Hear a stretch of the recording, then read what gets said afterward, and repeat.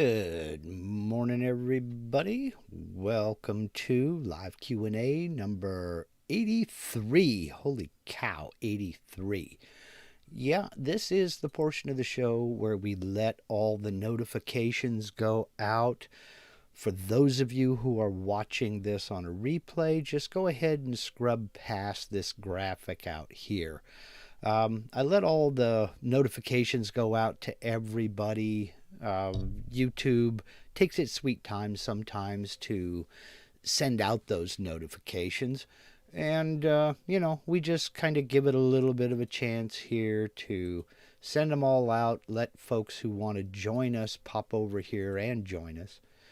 And then when the clock in the other room stops striking 12, we let all the noise in the background die down and everything. And when it does finally hit 12, I reach over here and click the button and say, "Hey y'all, how you doing today? Happy Sunday.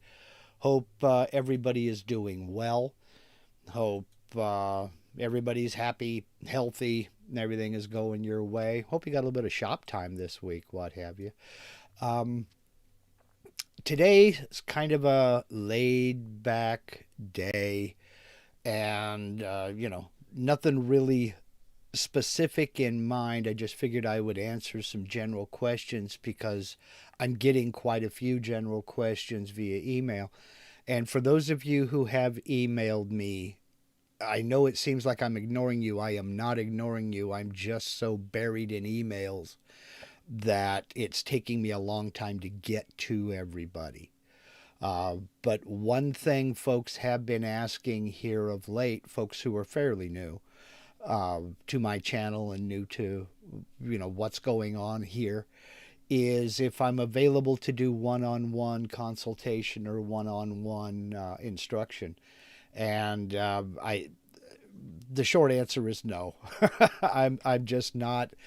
I have a lot of things going on in the background, and I just really do not have time to do one-on-one instruction. So I apologize for that. I wish I could. I wish I did. But it's become, I'm kind of in a weird situation here. This thing has blown up on me so fast that I'm really starting to get overwhelmed. Believe me when I say thank you. Thank you so much for that. I appreciate every single one of you out there. It's just becoming, oh my God, which way do I go? Mommy, make it stop. But, I'll handle it. I asked for it. And, terrific. Lewis Denton, the man. Thank you so much for the super chat. I really do appreciate it. If you have a question, everybody, not just Lewis, if you have a question, throw it in the chat now, and I will do my best to get to everybody. Today's just kind of as I said, kind of a laid back day, and I figured I would go ahead and just see what you folks had in mind, and see if I can answer a few questions here and there with what you're doing. And I do have one question right off the top from Mike Smith. He's saying he needs to rename a tool in the tool database. Please explain set as default for form tool and update existing form tools. These options are found in the form tool format dialog box.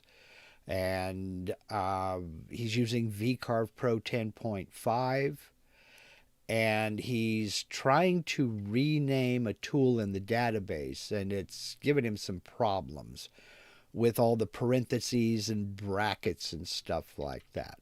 So let me go ahead and dive into that, and I'll bring up Aspire here and then go into screen share, make sure I am sharing. I am. Okay, first and foremost, before you can get into your tool database, you have to have a project open out here, as most of you already know. And if you just want to work with the tool database, you can come up here to tool paths and then come down here to tool database. Now, what Mike is referring to, he's specifically talking about form tools. So I'll go into form tools here, and I'll just click on a tool within the database. Now, what he's referring to is right up here, you see the edit the tools name format. And so I'll click on that, and this is a bad example because let me go back to something else because I've already modified that. Let's say end mill 1/2 inch. I know I've not modified this one. Okay, what he's talking about is up here under format. The tool type, diameter, and units is in brackets. Now, what Vectric has done, and I believe this started in version 10, it may have been 9.5, but I think it was version 10, is instead of just editing the name, they've inserted these naming conventions as an attempt to standardize what you see out here in your tool database. So what they've done is they've introduced these variables here, which is exactly what all of this is. All of this in brackets and what have you. Sometimes they're in parentheses as well as brackets. And the tool type here, for instance, where inside these brackets it says tool type. This is where you can, right now it is set for end mill. So anything within this category, the tool type is going to be called end mill. And it's displayed right there.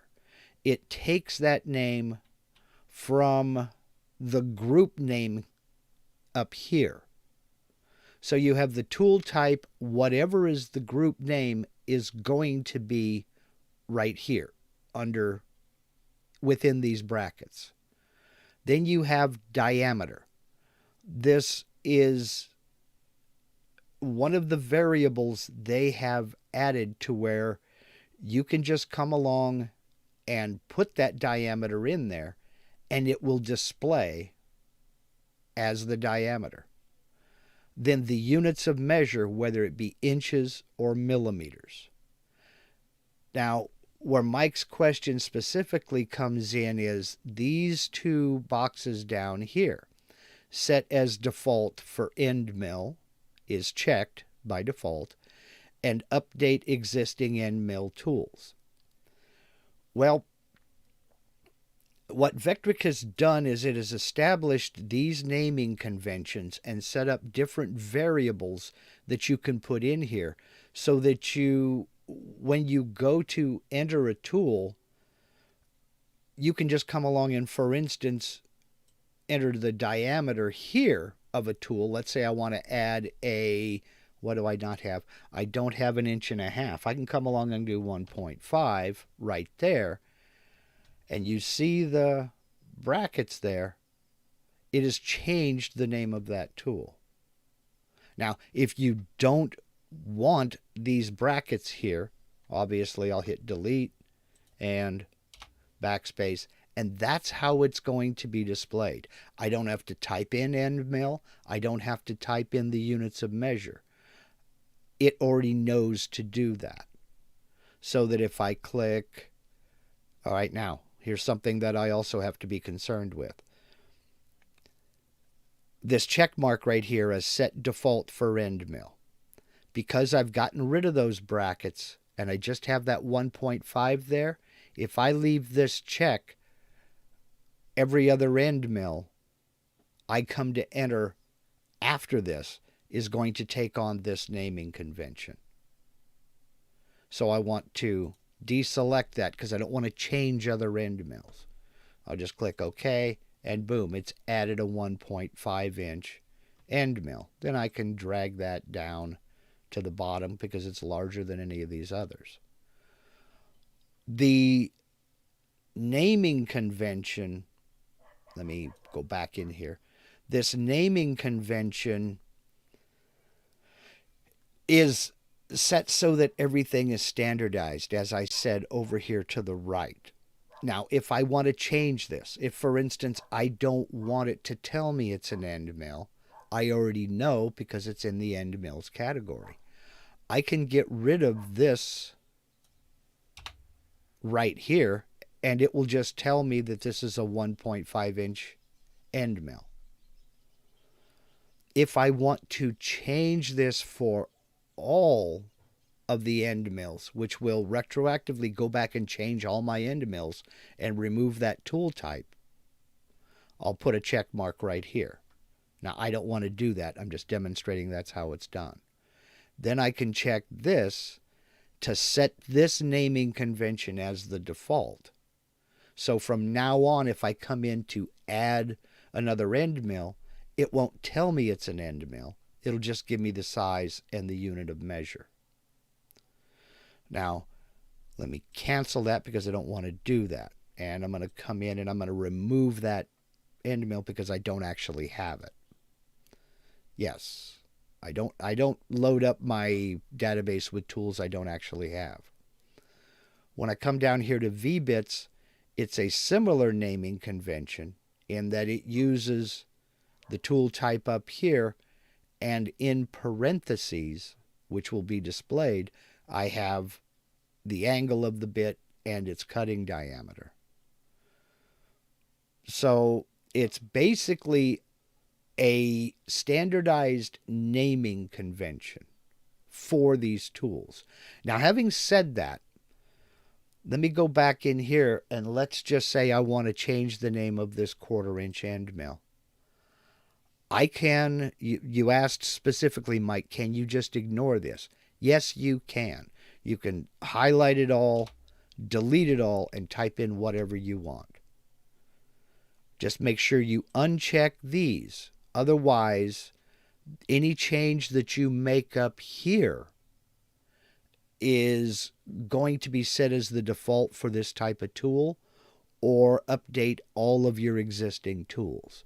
So if you just want to add, let me cancel this, go down here into Form Tools, and I'm going to take this OG bit, and I'm going to rename it something.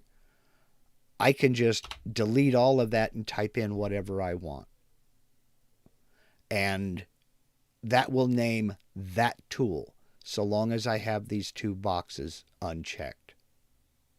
So I hope that kind of helps a little bit. I know it's a little bit confusing, and because of Mike's suggestion here, I am going to dig into this a little deeper, and I will do a video on this subject, getting in and discussing the naming convention and what this up here actually means. And you really want to get crazy, we can right click and go into and add other variables. I mean, it's just kind of crazy here, okay?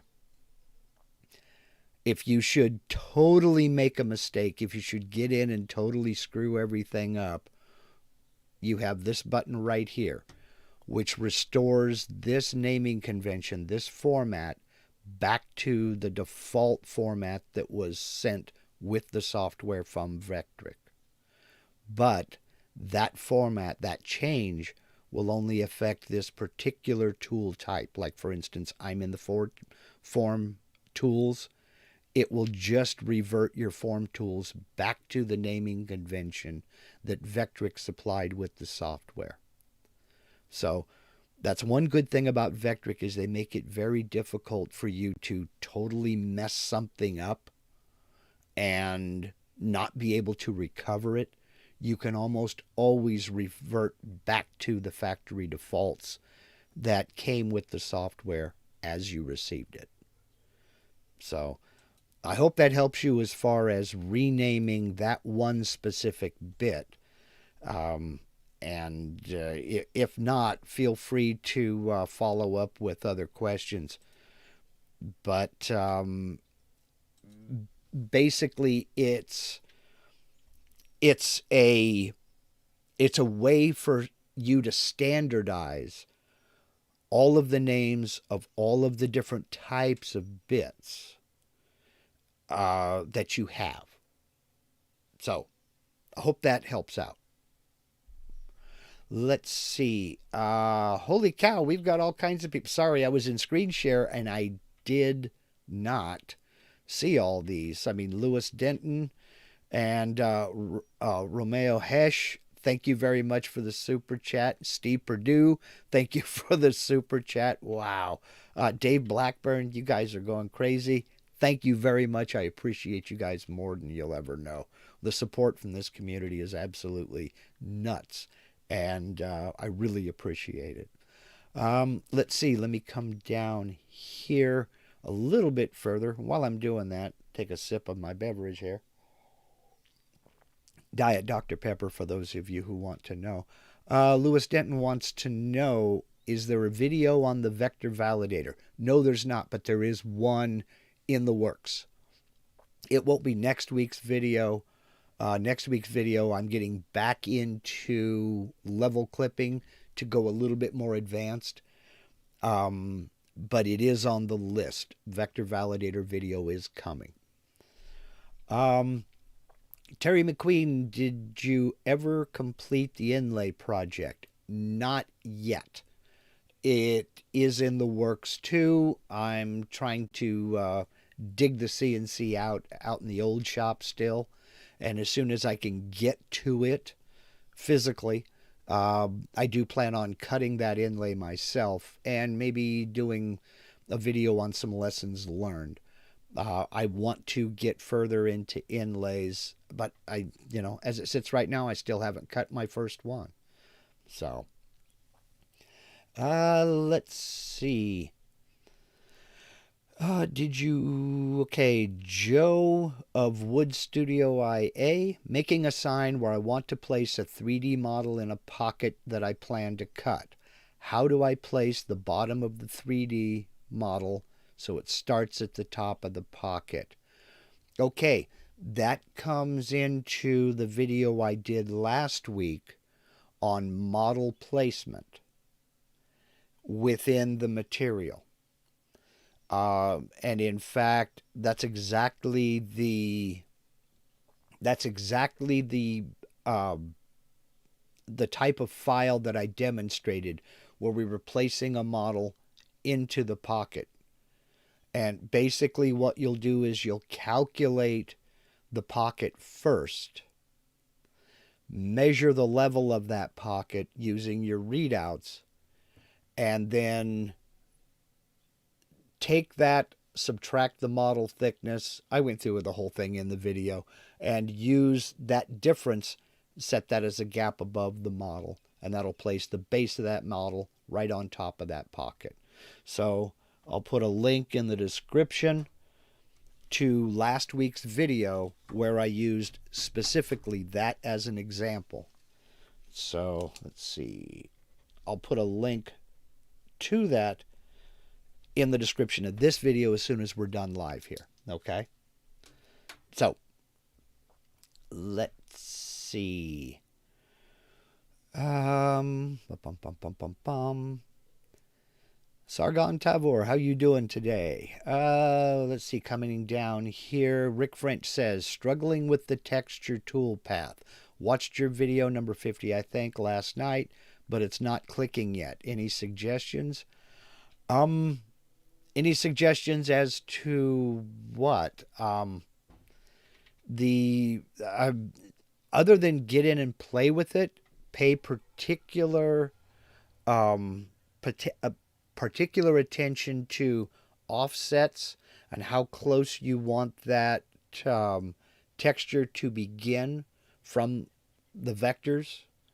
I tend to go with a little bit of maybe a 30 thousandths offset away from the vector so that the bit doesn't accidentally run into anything. So let's see. But other than that, if you can get a little bit more specific on what isn't clicking, let me know. Okay, Rick? Uh, John Harold, I'm really suffering from Aspire's erratic refusal to remove the waste from the toolpath with double clicking. I asked a couple weeks ago. Okay, John, something I've noticed. Um, okay, I see you've added more information. You and Michael recommend zooming in and having high resolution. I've done both. Michael says it's a glitch with Vectric. Any updates? It's only 10.5. I'm not aware of any updates. You might send well, in fact, do send an email to Vectric uh, because you know how it works. The squeaky wheel gets the grease, and the more people who report an issue, the more likely they are to jump on it. It may be a glitch. It may be, I mean, anything. It could be exactly where you're clicking. It could be the wrong angle. Kind of move it around a little bit, uh, rock the model back and forth, and see if you can get in there to where your cursor is straight on it. But I'm not aware of any updates yet, other than to just zoom in real tight and double click that one certain section. But then again, what you're seeing in the preview is a representation of the math that the software is doing, and it may be reading a connection in there that is not visible on the preview. So that would be something to contact Vectric about. And I would do it. Like I say, the squeaky wheel gets the grease, and the more people that mention something, the more likely they are to move it up on the priority list and get it taken care of. So, let's see. Terry McQueen says, I tried entering a new tool and entered the info from the company, and it gives me the wrong diameter and I can't change it. I've had that happen to me once, Terry, and basically what I did was I deleted that tool and started over. Sometimes you can't go in and edit the tool information once it's there. You basically have to scrap it and start over. So, I wish I had an easier, quick fix for you, but, not really. Michael Mazalik also brings up, and I was going to talk about this a little bit later on, but yes, to John Harold talking about modeling resolutions. And let's see, I believe it's called modeling resolution and preview simulation quality is Michael's video later today. There's a link to it in the description box below. Hope to see everybody there.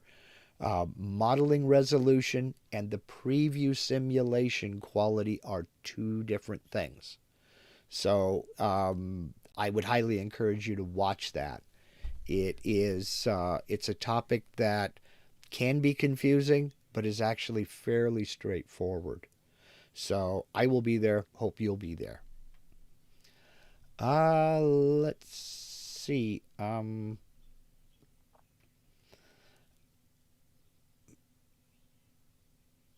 Suicidal at all times says, yes, in version 9 you have to enter the name manually in both description and the actual units of measure. Yes, that was before version 9 was before they added those naming conventions into the tool database. So, Benchmark Designs. I have received your emails. As I said, I'm still buried and I'm trying to dig my way out. Let's see. Still working on a skateboard project. Can Aspire create a 3D model, or will I have to have it made in another format and imported as an STL? Basically, what you would do is, I think probably the easiest way to do this would be a 2-rail sweep. Draw a vector that would represent the profile of your skateboard deck. And you'll be looking, okay, this is kind of difficult. You will draw a profile that would reflect the shape of your skateboard deck as if you were looking at it from the side, just edge on. So if you have a toe deck up here and it drops down in the center and then kicks back up at the tail, you would draw that profile. Then you would do a two-rail sweep, a vector on this edge, a vector on this edge, the toe and the heel of the skateboard, and use the two-rail sweep to project that profile along those two vectors. Then, on top of that projection, after it comes up in your 2D and 3D view, you would have a vector that represents the outline of the skateboard that you want to cut out. Then go over and do a profile toolpath, project that vector onto the 3D model, and you'll see how it cuts it out. So that would be, I think, the easiest way. However, I would highly suggest you go over to Michael Mazalik's YouTube channel, as he is the guru as far as 3D modeling is concerned. I'm fairly new to it myself, but I am learning, mainly through watching Michael's videos and then practicing like crazy with what he's showing off. So yes, I would definitely get over and check out his channel, because especially he did I'm trying to think if it was 2 or 3 videos on the two-rail sweep. I don't have that right off the top of my head, but it was at least 2 videos on the two-rail sweep, and then sculpting, etc. So, but that would be the way I would go about it, personally. So, let's see. Ronald Rome. Sorry for butchering your name. I have a Donek drag knife and I can't get it to install in Aspire 9.5 for some reason. Any help? Also, what tool settings do I use? Ronald, I do not have a drag knife. However, there is, I believe, a post processor for a drag knife in 9.5. It's been a while since I've used 9.5, so I'm not certain. As far as tool settings, I would get a hold of Donek on that, because, again, I don't have a drag knife. I am not certain. I know it doesn't use depth of cut, it uses pressure. So I'm not certain how to set up a drag knife. But Donek would be the people to tell you about that. Believe me, you would not be the first person using a drag knife with Aspire 9.5. They should have everything there that you need. So I would get a hold of their tech support folks. I want to get a drag knife. I just haven't gotten that far yet. So I've got so many things I want to do. It's not even funny. So let's see. Me down here. Bob Helt the Bridle. What happened to that stainless steel cup? Nothing. It's right here. I've got it right here. It's just, that is for hot beverages, and this is just what I use on camera so it doesn't look like I'm drinking out of the bottle. So, yes, I've got it right here. So, okay, Chris Leach wants to know, what do you think about running extra long end mills and ball nose for bowls and 3D carvings like busts and the like? I'm considering a 100 by 6 end mill. I personally don't have any experience with long reach end mills. I would be concerned about bit deflection.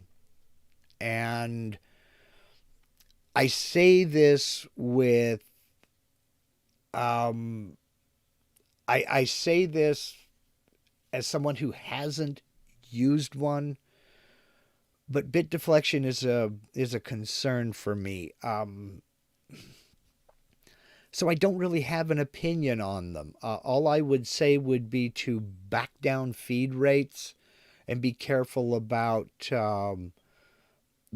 be careful with your cutting parameters, pass depth, and things of that nature. If you, I would rough with as much as I could with a standard end mill, just to kind of alleviate, some of the issues there, remove as much of the material bulk as possible. Personally, what I've done on deeper cuts like that is I have moved up to larger shank diameters, which tend to have longer cutting areas.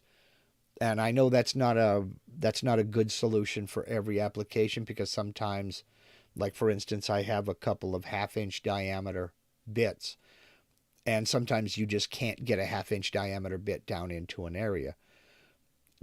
I would suggest being very careful about feed rates and depths of cut with long bits, because that's a lot of leverage, and you put a lot of stress on an end mill, even a 1/4 inch or 6 millimeter end mill. That introduces a lot of flex. So you're not so much babying your machine as you are babying that end mill.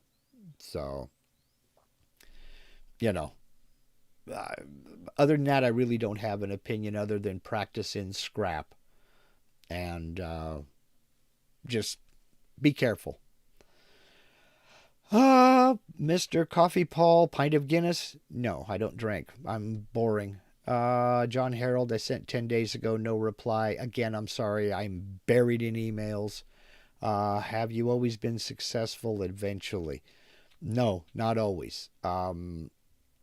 It's one of those things that uh, what I'll do on a preview photo, if I can't get that last little bit, I'll put it in my photo editing software and kind of do a little bit of wizardry with that and try to fix it that way. I understand you're trying to take a preview photo for to send to a customer or something like that. If it's at all possible, you know, um, take it over into photo editing software and do it that way. I mean, and that's a last resort. I'm not trying to make excuses for the software, just trying to figure out a way that you can get a preview photo taken to send to a client or customer. So, all right, let's see here. Trying to scroll down and catch up.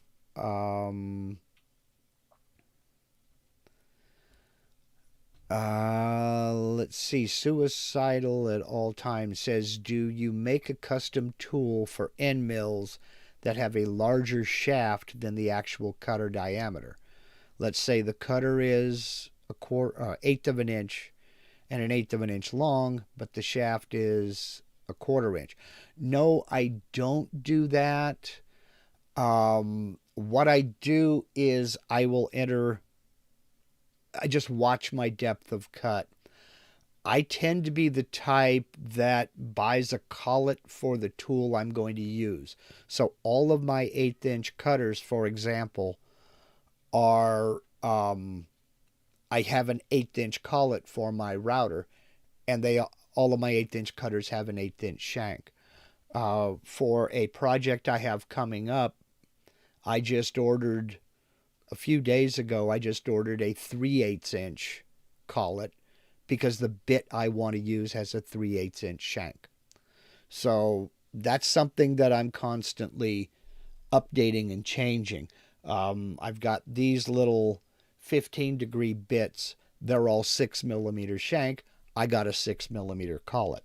So not all of them can be done there is no one size fits all. Sometimes you have to adapt. Having said that, I also know that not every router will accept shanks of different size. And this is especially true on the smaller routers of 1 horsepower around in that area. You can't just go out and buy a half-inch collet for some of these routers. I'll put a link in the description of this video as soon as we're done to a company that I got my collets through and who I ordered through. The company is called Elaire Corporation. And I'll put a link in the description of this video as soon as we're done live. And get in and take a look and see if your router is listed there. Now, having said that, I've used that a lot this episode, and I don't get it. Having said that, not every single router is listed, because I don't think anybody could make collets for every single router. But you would be surprised at the number of routers that can use collets from other routers, and they do list them. So for instance, if you go into the Porter cable collets, down at the bottom there is a list of all the routers that collet will fit, and you'd be surprised at some of them. So Elaire Corporation, hashtag not sponsored, no affiliation with them at all. It's just they have the collets that I've needed. And for reasonable prices, we're talking anywhere from $15 to $20. And boom. It's, one and done. It's over with. Then I don't have to worry about trying to set up a tool database for a special bit with a step down like that. Excuse me. Need another sip of a beverage. Join me, won't you? There we go. Let's see. So I hope that answers that. Suicidal at all times says, you totally said two whale sweep. Well, that was my Elmer Fudd impression. Thank you for noticing. Let's see. Benchmark Design says, I will check out Michael's channel. Thanks, Mark. Yes, I'm serious. You will learn more from watching a wizard like Michael than you ever think you wanted to know. Believe me, the guy is good. So, let's see. Michael Mazalik says, as for the drag knife, you'll need to use the fillet tool as well. Yes, I have not gotten into that because, as I say, I don't have a drag knife, so I've not really needed it. But it will put in a fillet that if you're doing, for instance, an outside square corner, and you want that nice sharp corner, the fillet will actually run the drag knife past, say, the vertical, bring it around and come along and do the horizontal, so you have that sharp corner there. It's pretty cool. I mean, they have tried to anticipate what you're going to do with it and give you the tools that you would need to do. So, or need to use to do it, excuse me. Let's see. Russell Faraday says, I have lots of project ideas that would only be possible with long cutters. Well, a long cutter is subjective. I mean, I might think a 3-inch long cutter is pretty long. But then again, all things being equal, I mean, 6 inches is also... There are 6-inch long cutters out there. But again, you're getting into shank diameters. I would say personally, if you need a real long cutter, start jumping up in shank diameter if it's at all possible. I'm not going to screen share this, but just for giggles, let me jump over to an Elaire Corporation. Let's see, I'll jump in here to router collets, and no, Mark, wake up. I want to go to, and they will make custom collets too as well. On my Porter cable router, the biggest collet I can get is 1/2 inch, but then I can also get 12 millimeters. So, and they also have sets, but they have everything here. They have various different sizes. I mean, 1/8 inch, 3/16, 1/4 inch, 5/16, 3/8, 7/16, and 1/2. I mean, if you need all of those collet sizes, they also have a set you can buy that has all of those sizes. So not every collets are not available for every router, as I said, but that would be my first thing, would be to jump up to a larger diameter bit for the length. I mean, and something else to pay attention is how long is how deep is the cutting depth? Because I mean, you can have a 6-inch long shank on a bit, but still only have a 1-inch cutting height. So you have to be careful about total length of the bit to like reach down into areas. I mean, what are you thinking about making? That's something that's kind of got me intrigued now. So let's see. Andrew W., good afternoon. It's been a while. I've noticed mostly battery routers now. Any feedback on running times or the fan issue with facing the cause of cutting? You know, I have not used a battery operated router with a CNC, and I don't own one. I don't own a battery powered router. I'm old school.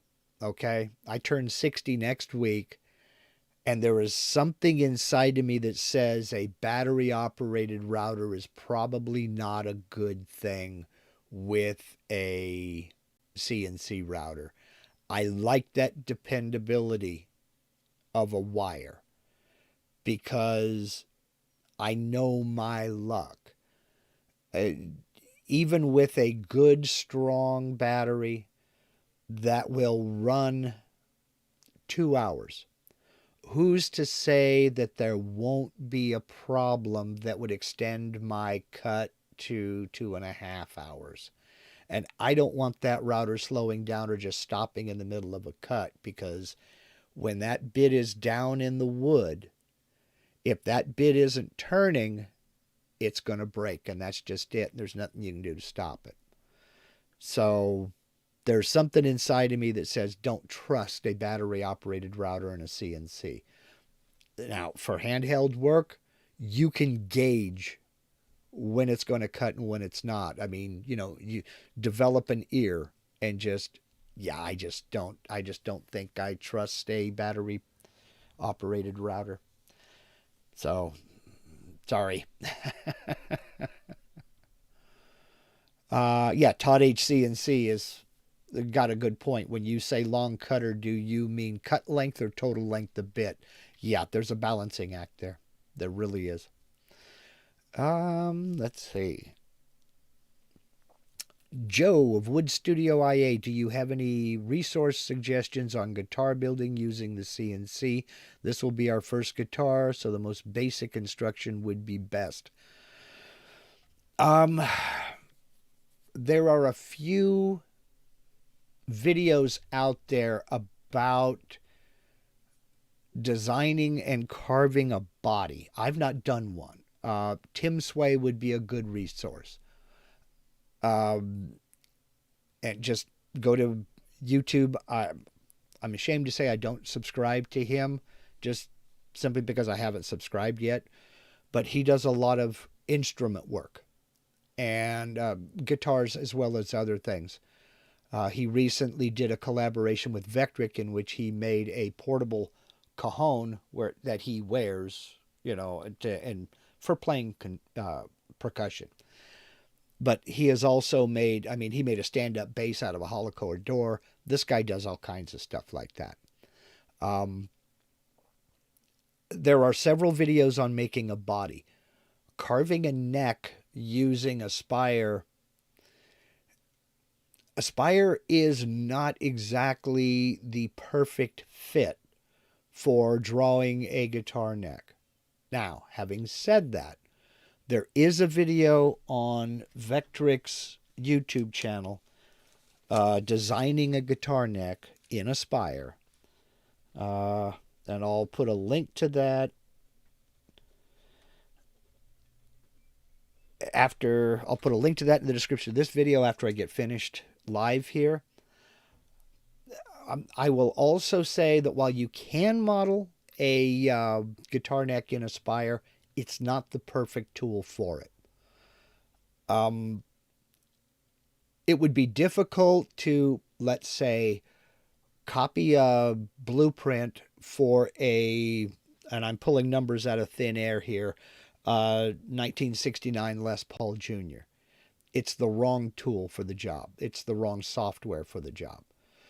Aspire is more for organic, decorative design than it is for parametric modeling.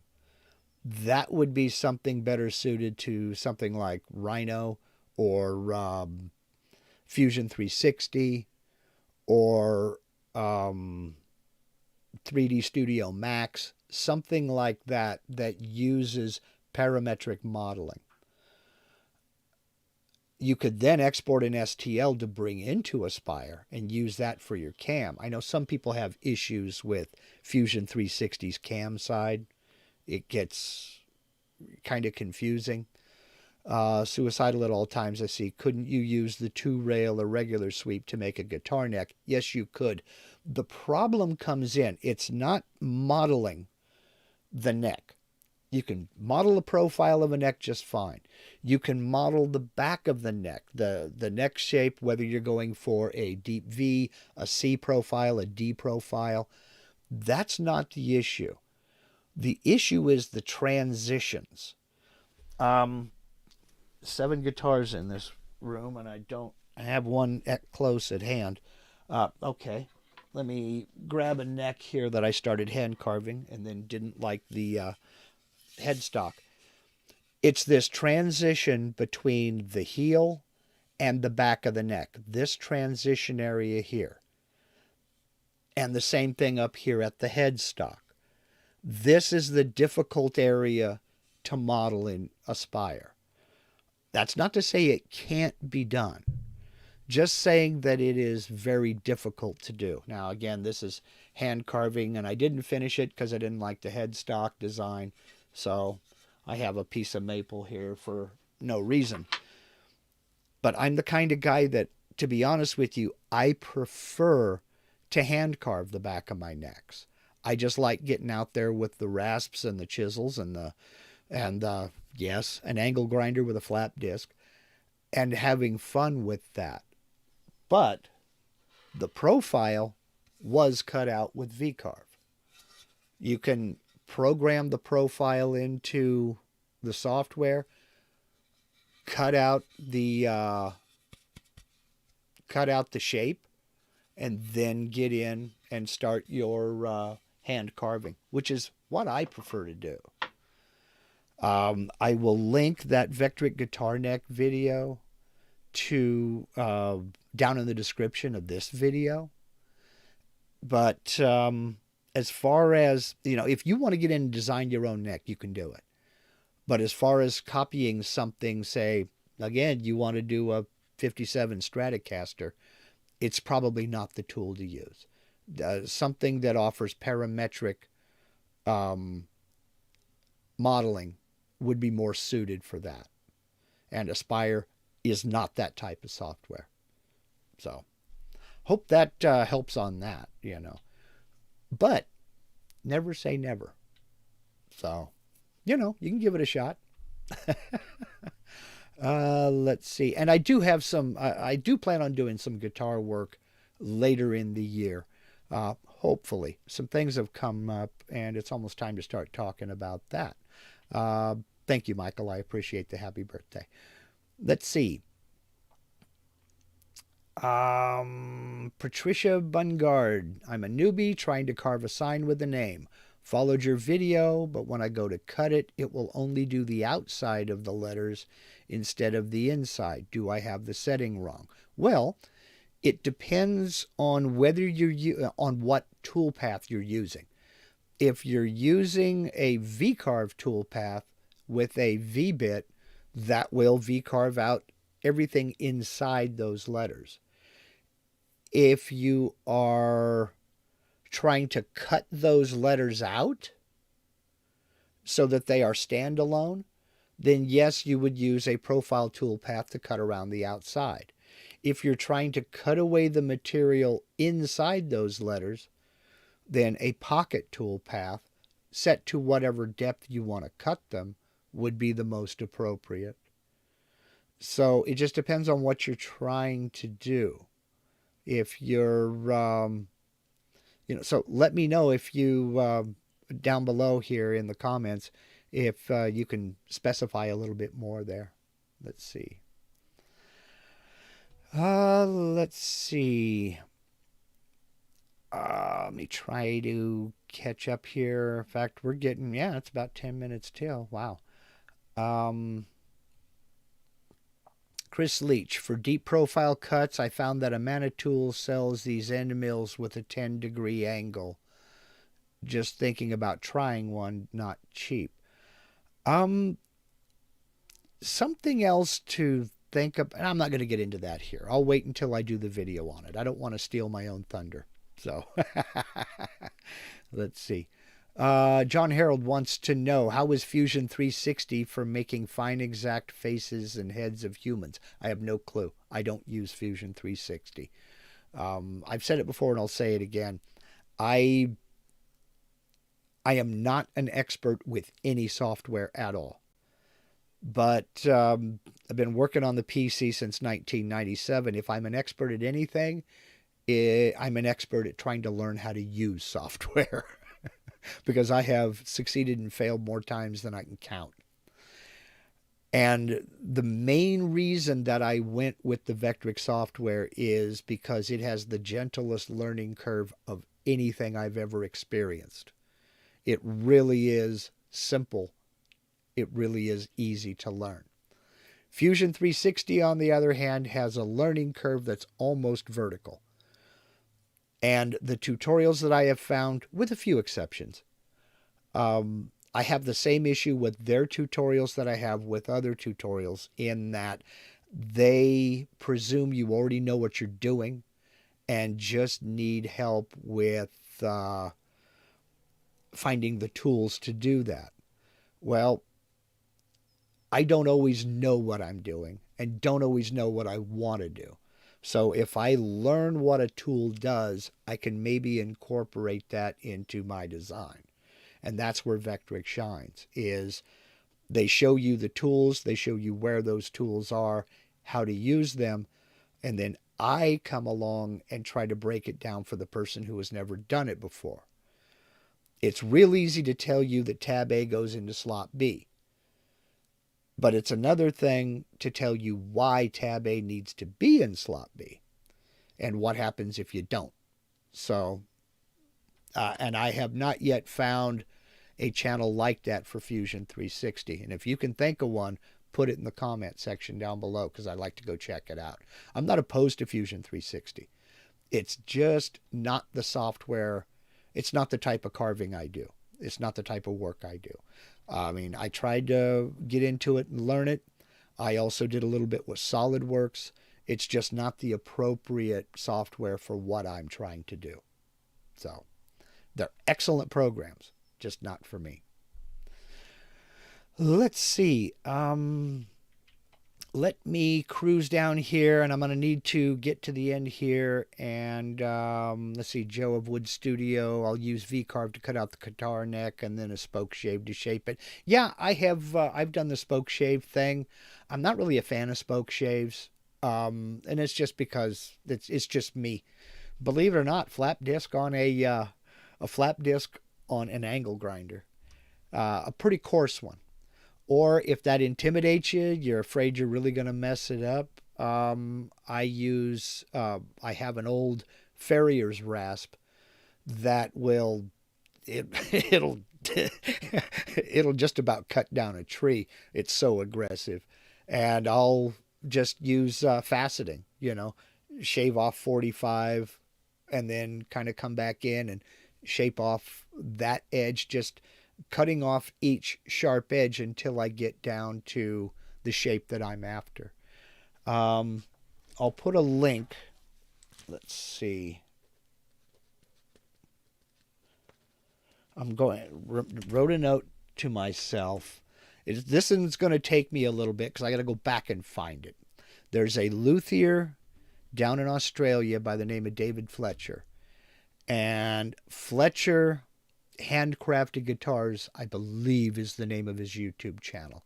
He's an old school luthier who is really at the top of his game. He knows his stuff. And he's done a couple of videos on hand carving a guitar neck. And I use his method. And I will link one of his guitar neck videos down in the description of this video. I have to go find it. So it may take a bit. But I will link one of his hand carving a guitar neck videos down in the description of this as soon as we're done live here. And oh man, is he good. And his method is the method I use. It's basically drawing lines on the neck blank, removing that material, drawing more lines, removing that material, and eventually ending up with a nice smooth profile that has a nice transition that blends in that headstock to the neck profile and the heel to the neck profile. It's great. So, Chris Leach is telling me, wait a minute, you must check out Lars Christensen. I am subscribed to Lars, and I'll admit I don't have the time I need to devote to that because I have other things going on in the background. But I am aware of Lars, and I have watched some of his videos. Okay, let's see. Mark Kulig asks the question of the day.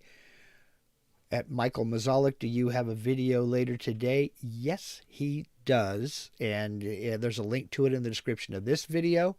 And it is on modeling resolution and preview simulation quality. I hope to see you all there.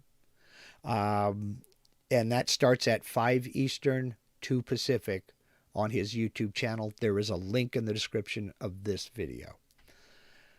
So, holy cow, Richard Poulin and Rick French, you guys are awesome. Thank you very much for your support. And now I have, speaking of support, I have a question for you all. How many of you are going to the Vectric user group meeting this September in San Diego? I will be there, but I'm just kind of trying to get an idea for who all is going to be there. You know, I'm really, really excited about going. I mean, I was disappointed that the 2020 user group meeting was canceled. And so far, knock on wood, find wood, knock on wood, don't knock on Formica, Mark. Hopefully this one goes off without a hitch. And I say that because Vectric has reached out to me, and yes, I will be doing a presentation at the 2021 user group meeting in San Diego this year. So I can't tell you what I'm going to be presenting because that's got to be kept secret, but they have given me permission to go ahead and make the announcement. I will be presenting at the 2021 user group meeting. And if you don't know the dates, if you're not sure, go to Vectric's website. You can't miss it. In fact, let me bring it up and I will screen share. Boom. And I will screen share. Right here, I am screen sharing. You cannot miss it. Right there. There is the link to their page. I'm on Vectric's homepage. September 10th and 11th. That's a Friday and Saturday in San Diego. Just click on that link and ba-boom. Now, this promises to be a very cool event. And personally, I can't wait. It is September 10th and 11th, which I believe is the week after Labor Day. I may be wrong. But September 10th and 11th is a Friday and Saturday. I will be there. And yes, I will be presenting, which is a little bit, I don't know, I won't say nerve-wracking for me. I just, we'll see what happens. But yeah, I'll be there. I'll have a pocket full of stickers to pass around. Come up and say hello, because I will be there as a student learning the same as everybody else. But yeah, they're going to give me a half hour to make a presentation to y'all, and we'll see. So, that's September 10th and 11th this year. Now, space is limited. So if you are not already signed up and already booked, by all means do so quickly because space is limited. I don't think they plan on streaming this year. I think the 2020 being streamed is, I won't say it was a one-time thing, but that was done as a stopgap just because the event was canceled in San Diego. I mean, but they had already lined up a lot of people to make presentations and everything. So, they went with it. Now, that's not to say they'll never do it again. So, we'll see what happens. I mean, and I know a lot of folks are wondering why they don't just stream them all. Part of the reason for doing these events, I don't know if you've ever been to a woodworking show or any kind of an event like this, a trade show, but it's more than just classes. It's more than just learning. It's interacting. It's actually meeting the people behind the scenes. It's being able to make suggestions right there. It's networking. It's developing friendships. I mean, I was lucky enough to go to the woodworking show in Atlanta in 2017 when there were about 40 big name YouTube makers there. And I went there with my friend Dave Gatton. He let me stay at his house, for crying out loud. I met so many great people there that it was, I still have friendships from that. I mean, I met people I didn't even know about at the time. And it just kind of snowballed from there. That's the benefit of doing this face-to-face in-person thing. I mean, it's great to chat with you guys here in the live chat on the videos, but it's all one-sided. You can't stop me and ask a question. You can't show me what you're working on, and we can't interact with one another. That's the benefit of going to these events live, because, you can't beat face-to-face. I mean, that's just all there is to it. So if you can at all go, by all means go. And not just to see me. I mean, I'm talking about the bigs are going to be there. Michael, I can't wait to meet Michael Mazalik. He's going to be there. So I've never met the man face to face. We've chatted behind the scenes. But, that it doesn't replace the face-to-face meeting. So that's what I'm saying. If you can go, by all means go. Okay, Chris Leach. Wait, what? They live streamed 2020? Yes, they did. And every single one of the video presentations is still up on Vectric's YouTube channel. If you have Vectric Software and you're not surprised, if you're not subscribed to their channel, why? You're missing out on too much. Subscribe, get over there and take a look. Alrighty, let's see. Oh, Chris Leach, let's get Mark to wear a camera and do a live stream of the meet and greet. That's probably not going to happen. They do have some rules in place. So, all right. So if you're going, I will see you there. If you're not going, well, come on, think about it. I mean, it's that vacation before fall and before the gulp holiday season. What can I say? All right, I'm going to go ahead and end this. It's way over an hour. Thank you to everybody who did the super chats and the super stickers. Again, you guys are amazing. Thank you for all your support, and I truly mean that. Let's see, Lewis Denton, Romeo Hesh, Steve Perdue, Dave Blackburn, Scroll down here. Rick French, Richard Poulin, and I apologize for butchering names. You guys are amazing. Thank you very much. More on the Vectric user group meeting coming later on down the road. And so let's go ahead and end this here. I will see you next week with a video. But until then, go out and do something cool. You know, get everything set up. Come back and watch Michael Mazalik's video at 5 Eastern, 2 Pacific. Then go do something cool. Have a great Sunday, y'all. Y'all take care.